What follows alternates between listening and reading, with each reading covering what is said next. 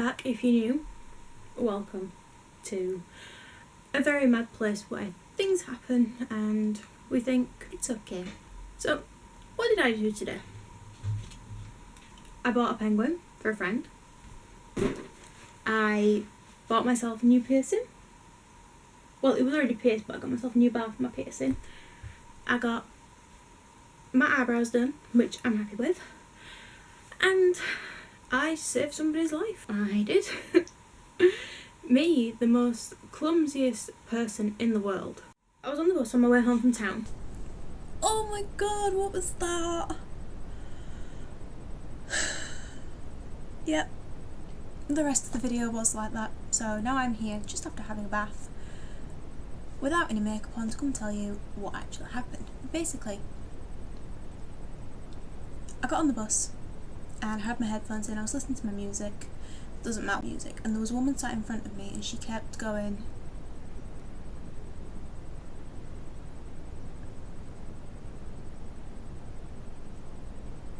and that's not right. Yes, at first I thought she was drunk, okay? I put my hands up, I thought she was drunk, but something just didn't seem right. And she did it for about a minute, 2 minutes, and something snapped inside of me and my brain went, nope, you need to deal with this. So I sat on the chair in front of her and asked her if she was okay. She said she was fine, but she's very, very warm. So I got her to take a coat off, I got some details off of her, and then she did the one thing that's my place and I know what to do. She pulled out a BM kit and I was like, oh, I know what to do. Her bloods were high. Now, for those of you who don't know, high means that they're above 33, or in some cases 36, depending on what meter you have. And if you're in the States, what I'll do is I'll put it here, what it is in the States. Anyway, she pulled it out and there was a woman with a pram on the bus as well, and she told me that this woman pulled it out at the bus station as well. I didn't get on at the bus station, and I asked the woman if I could go in her bag to get her BM kit out and I could have a look through her meter, and she says, yes, of course you can. Her name was Penelope, she was absolutely lovely. She'd been high for 3 days. 3 days. With carers coming in. She has a carer that comes in every day, she told me. And they come in, they make her a cup of tea and they make sure she has something to eat. Why didn't her carer check her sugars? They know she's diabetic. She was only type 2, but that shouldn't matter. Whether you're type 1 or type 2, this is important. So, I need to take a breath because it makes me so angry. So what I did was, I checked her sugars again, decided no, she needs to go to hospital now. If she's been high this long, gosh knows how she's still walking around. She was on the wrong bus to go wherever she wanted to go, because she told me where she wanted to go and she was on the wrong bus. So I went to the front of the bus and I went to the driver. I said, we have a lady back here who needs to go to the hospital now. And he pulled around the corner and pulled up, put his hazards on. He rang the ambulance, I rang the ambulance, I got put in a queue. I've never been put in a queue to ring an ambulance before, but I did. And I got through first, so he hung up. He then rang his bus depot to try and get a second bus to come take the people to go, to carry on their journey, obviously. And I'll be honest, I pulled my britches up and I stood my ground and I did what I needed to do. I got her name, her date of birth, her age, her address, her carer's info, and the ambulance crew arrived. I took her pulse.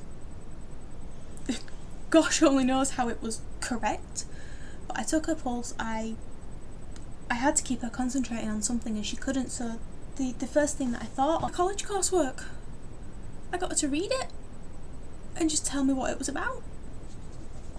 She knew what it was about more than I did. But I got her to read it out to me and everything, and then the ambulance crew arrived I got off the bus, met the ambulance crew, handed over a piece of paper with all of their information on, and they asked me, is she making sense? I went, well, she was. She told me about her day, and then she started talking about demons being inside her and they need to escape. And the ambulance driver, who took all of her information, he was like, yeah, that's not normal. And he asked me how I knew how to do it, and I went, I'm type 1 diabetic, I've been in her situation before. And they asked me if I was okay, and I went, I don't care about me right now. Penelope's more important. Penelope wanted me to go with her. However, she passed out in the ambulance, and if I hadn't have taken her information,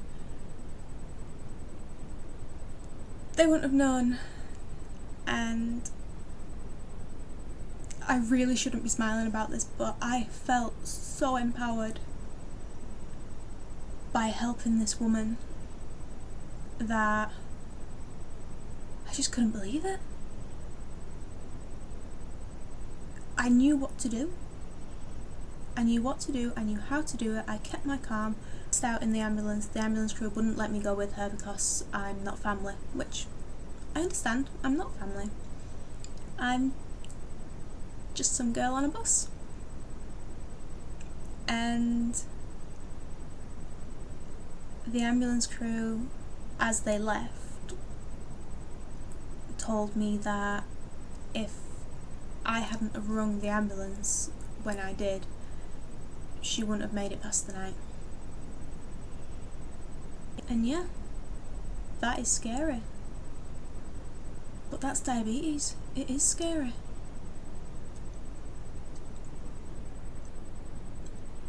Thankfully I have the boys. They're pretty good with my blood sugars. They've not been trained, but they're really good. And the thing that bugs me is the fact that these carers that come in are supposed to be trained to know what they're looking for. All it would have taken for them is to check her blood sugars and stay with her and see what happens, and if her blood sugars don't change, she goes to hospital. If a type 2 diabetic doesn't look after their diabetes, they can slip into type 1, and there's no getting rid of type 1. From personal experience, I believe that that's what's happened. I believe she's slipped into type 1 because she's been left far too long with this problem. And it's not like, I know I'm making this sound really, really dramatic, but it's not like picking up some milk from the shop. I don't know whether I should get it. We've got enough. Am I going to use it? With somebody's life with diabetes, it's not, should I get her to check her blood sugars? No, she looks fine. That's the phrase that I hate. You don't look like a diabetic. You don't look like a... I'm gonna be good.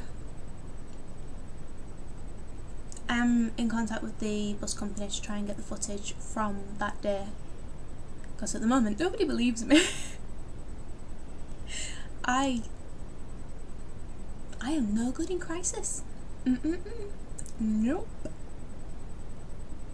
But if any of Penelope's family sees this, please let me know how she is.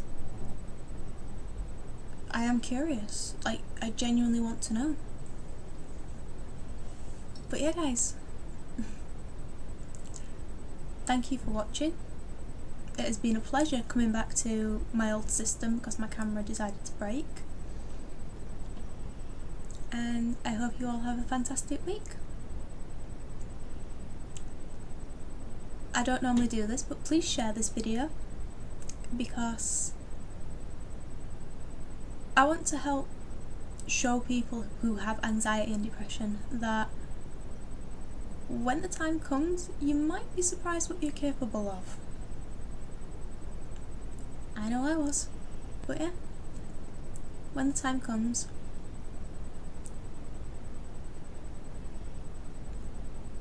your inner warrior will come out.